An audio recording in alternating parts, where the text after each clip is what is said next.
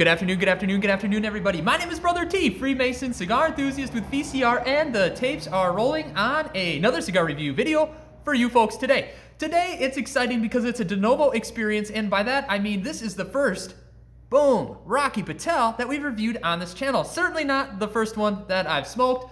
Lord knows that ain't the case, but this is the first one that we reviewed on the channel, and it is the Rocky Patel Aged, Limited, and Rare cigar offering.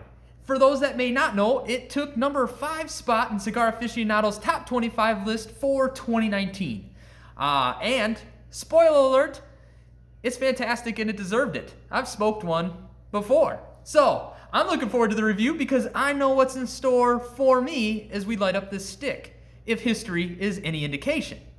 Now, the ALR is something that's special by way of Rocky Patel in that each of these cigars, when it's rolled, it's then aged for another 2 years, if not longer, before being released for consumption. So there's a little bit of age on it. Certainly not fermentation. That's something completely different. This is really just bench aging. It's been rolled, it's been boxed, and it's been sitting around, which is okay. What it does is it typically takes the edges off some of the more pronounced flavors like black pepper, and it allows things to kind of come down in terms of intensity a little bit. Generally, aging reduces the nicotine potency, and so they're not typically as strong, but it's not a one-size-fits-all generalization, so take that as you will. First impressions, it's toothless, meaning it's soft to the touch. It's an earthy milk chocolate in terms of color. It has a soft box press, and again, what we mean by that is that it has some radiused edges. They're not quote-unquote right angles. It has a firm pack with visible veins and some visible seams there.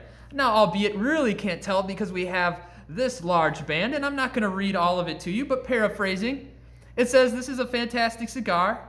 It's been aged. Now that aging has been complete, and it's ready for consumption.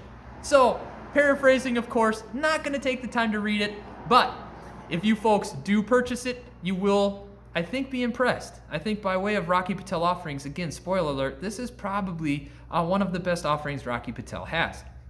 Pre-light aroma, it's a strong cedar and wood, and it's very sharp, almost like chewing tobacco, and almost kind of like an oil, not quite castor oil, but there's almost that oily, acrid type of odor, not off-putting at all.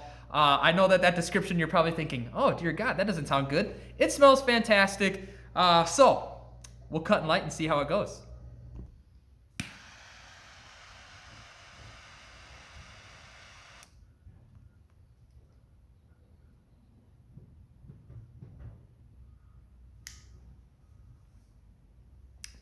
Initial impressions: earth, wood, slight breadiness at initial light there. Draw, water through a straw, it's dense.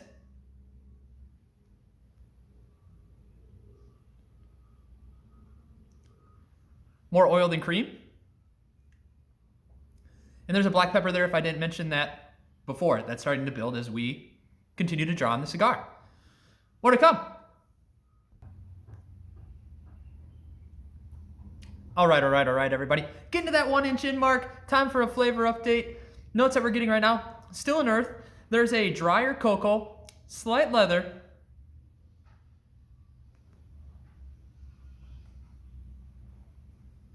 cedar, bits of vanilla at times, and the draw went from slightly oily at initial light really to kind of a chalky type of texture. Not off-putting, but I do think it's probably going to be more drying in terms of mouthfeel. We'll cover that though in the cigar wrap-up. More to come. All right, everybody, we're getting to that halfway point. Time for a blend and flavor update.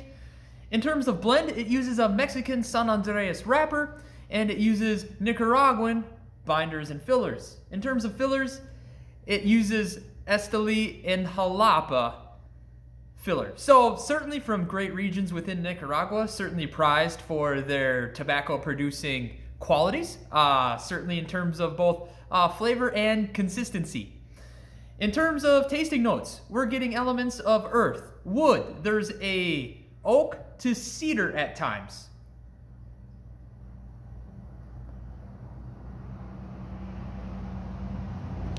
Still a black pepper, slight cream, little leather. It's quite an engaging stick, and I'd just like to point out that when my ash fell off, it left kind of that pointed cap. What that typically would indicate is that I'm drawing on the cigar too frequently, and I need to slow down my draw cadence. So, there you go. You learned something. All right, everybody. Getting to that point where we can undress this guy, remove the band. We're gonna walk through tasting notes and dig through the cigar wrap-up. We have a trifecta, and we're excited for it. So let's remove this band after I take a draw.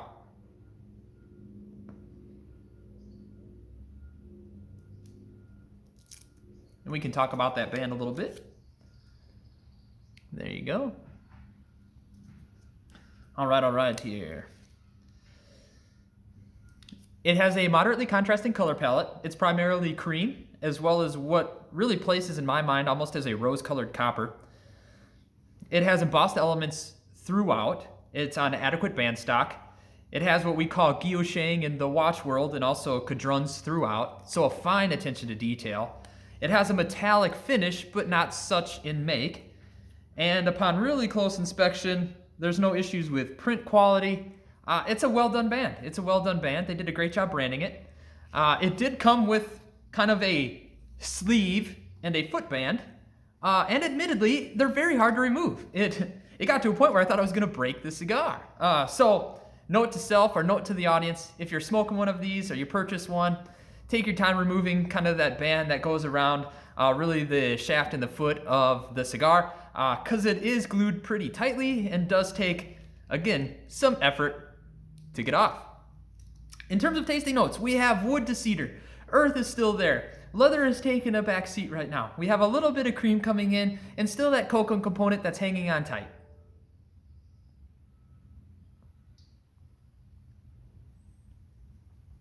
In terms of construction, fantastic. Ash held on almost to the halfway point, and it's been holding on consistently in about 1-inch increments thereafter. Burn, it's by and large been almost razor sharp. Draw, it's like water through a straw. In terms of density, it was moderately dense at the beginning. The smoke is certainly full in terms of density right now.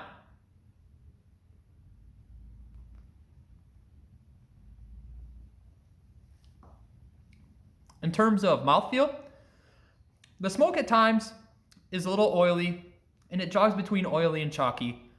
In terms of mouthfeel, it does net a sensation that's loosely drying to the mouth. Strength and body, I'd put both at a medium plus.